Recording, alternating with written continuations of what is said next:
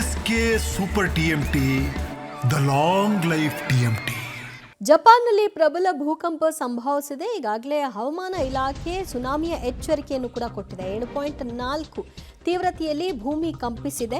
ಇದು ಪ್ರಬಲ ಭೂಕಂಪನ ಅಂತಲೇ ಹೇಳಲಾಗ್ತಾ ಇದೆ. ಬಲವಾಗಿ ಭೂಮಿ ಕಂಪಿಸಿದೆ ಮತ್ತು ಉತ್ತರ ಇವಾಂಟೆ ಪ್ರಾಂತ್ಯದಲ್ಲಿ ಪೆಸಿಫಿಕ್ ಸಮುದ್ರ ಭಾಗದಲ್ಲಿ ಭೂಕಂಪನ ಸಂಭವಿಸಿದ್ದು ದೊಡ್ಡ ಪ್ರಮಾಣದಲ್ಲಿ ಸುನಾಮಿಯ ಎಚ್ಚರಿಕೆಯನ್ನು ಕೂಡ ಈಗಾಗಲೇ ಕೊಡಲಾಗಿದೆ. ಸುರಕ್ಷಿತ ಪ್ರದೇಶಗಳಿಗೆ ಜನರು ತೆರಳುವಂತೆ ಸೂಚನೆಯನ್ನು ಕೊಡಲಾಗಿದೆ. ಇಂತಹ ಸಂದರ್ಭಗಳಲ್ಲಿ ಜನರು ಎಲ್ಲಿ ಇರಬೇಕು ಅನ್ನೋದರ ಬಗ್ಗೆ ಈಗಾಗಲೇ ಹಿಂದೆಲ್ಲ ಅನುಭವಿಸಿರುವಂತಹ ಭೂಕಂಪನದ ಅರಿವಿರ್ತಕ್ಕಂತಹ ಜಪಾನ್ನ ನಿವಾಸಿಗಳಿಗೆ ಅದರ ಇನ್ಫಾರ್ಮೇಷನ್ ಈಗ ಕೊಡ್ತಾ ಇದ್ದಾರೆ. ನೋಡ್ತಾ ಇದ್ರಿ ದೃಶ್ಯದಲ್ಲಿ 7.4 ತೀವ್ರತೆ ಫುಲ್ ಅಲಗಾಡಿಬಿಟ್ಟಿದೆ.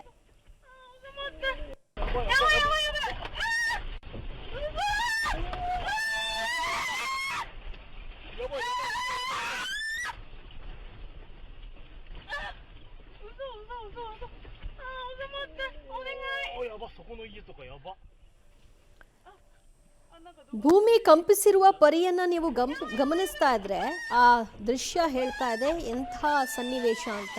ಅಲ್ಲೊಂದು ಬೃಹತ್ ಕಟ್ಟಡ ಅದು ಅಲುಗಾಡಿದೆ. ಆ ಕಟ್ಟಡದ ಒಳಗಿದ್ದಂತಹ ಸಾಮಗ್ರಿಗಳೆಲ್ಲವೂ ಕೂಡ ನೆಲಕ್ಕೆ ಬಿದ್ದಿರ್ತಕ್ಕಂತಹ ದೃಶ್ಯಗಳನ್ನು ಕೂಡ ನೋಡಬಹುದಾಗಿದೆ. ಜನರ ಚೀರಾಟ ಪರದಾಟ ಅಲ್ಲಿ ಮುಂದುವರೆದಿದ್ದು ಸದ್ಯ ಸುನಾಮಿಯ ಎಚ್ಚರಿಕೆಯನ್ನು ಕೊಡ್ತಾ ಇದ್ದಾರೆ. ಈ ಹಿನ್ನೆಲೆಯಲ್ಲಿ ಜನ ಸದ್ಯ ಅಲ್ಲಿಂದ ಸೇಫ್ ಆಗಿ ಹೊರಗೆ ಬರೋದು ಸಮಸ್ಯೆ ಆಗ್ತಾ ಇದೆ.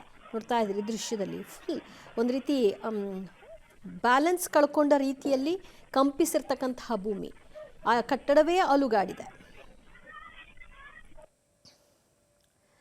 ಈ ಬಗ್ಗೆ ಮತ್ತಷ್ಟು ಮಾಹಿತಿ ಕೊಡ್ತಾರೆ ನಮ್ಮ ಪ್ರತಿನಿಧಿ ಅರುಣ್ ಬಡ್ಗೇರ್. ಅರುಣ್, ಸದ್ಯ ಭೂಮಿ ಕಂಪಿಸಿರೋ ಪರಿಯನ್ನ ನೋಡ್ತಾ ಇದ್ರೆ ಅಲ್ಲಿಂದ ಜನ ಸುರಕ್ಷಿತವಾಗಿ ಶಿಫ್ಟ್ ಆಗಲಿಕ್ಕೆ ಸಮಸ್ಯೆ ಆಗ್ತಾ ಇದೆಯಾ ಅಥವಾ ಎಷ್ಟು ಬಾರಿ ಕಂಪಿಸಿದೆ ಅನ್ನುವಂತಹ ವರದಿಯನ್ನ ಹವಾಮಾನ ಇಲಾಖೆ ಹಂಚಿಕೊಂಡಿದೆ? ನೋಡಿ, ಇದು ಸಮುದ್ರದ ಕೆಳಗಡೆಗೆ ಆಗಿರುವಂತದ್ದು ಜೊತೆ ಇದು. ಸೊ ಹಾಗಾಗಿ ಸುನಾಮಿಯ ಎಚ್ಚರಿಕೆಯನ್ನು ನೀಡಿದ್ದಾರೆ. ಈ ಗೊತ್ತಾಗಿದೆ. ಸೊ ಹಾಗಾಗಿನೇ ಇದರ ಪ್ರಬಲತೆ ಎಷ್ಟರ ಮಟ್ಟಿಗಿದೆ ಅಂತ ಅಂದಾಜು ಮಾಡಬಹುದು. ದೃಶ್ಯಗಳಲ್ಲೂ ಗಮನಿಸಬಹುದು ನೀವು, ಕಟ್ಟಡಗಳು ಹೇಗೆ ಅಲುಗಾಡಿವೆ ಅಂತ ಹೇಳಿ. ಸೊ ಹಾಗಾಗಿ ಜಪಾನ್ ಏನು ಹೊಸದಲ್ಲ. ಜಪಾನ್ ಹಿಂದೆಯೂ ಕೂಡ ಅನೇಕ ರೀತಿಯಾದಂತಹ ಇದೇ ರೀತಿಯಾಗಿ ಭೂಕಂಪ. Right, thank you. ಡಿಸ್ಟರ್ಬೆನ್ಸ್ ಇದೆ, ಮಾತನಾಡಲಿಕ್ಕೆ ಆಗ್ತಾ ಇಲ್ಲ. ಕರಾವಳಿ ಮತ್ತು ನದಿ ತೀರ ಪ್ರದೇಶದಲ್ಲಿರುವಂತಹ ಜನರು ಈಗ ಎತ್ತರದ ಪ್ರದೇಶಕ್ಕೆ ಹೋಗಬೇಕು ಅನ್ನುವಂಥ ನಿಟ್ಟಿನಲ್ಲಿ ಸೂಚನೆಯನ್ನು ಕೊಡಲಾಗಿದೆ. ಭದ್ರವಾದಂತಹ ಕಟ್ಟಡಗಳಲ್ಲಿ ಅವ್ರಿಗೆ ಇರಬೇಕು, ಇಲ್ಲಾಂದರೆ ಬಹಳ ಸಮಸ್ಯೆ.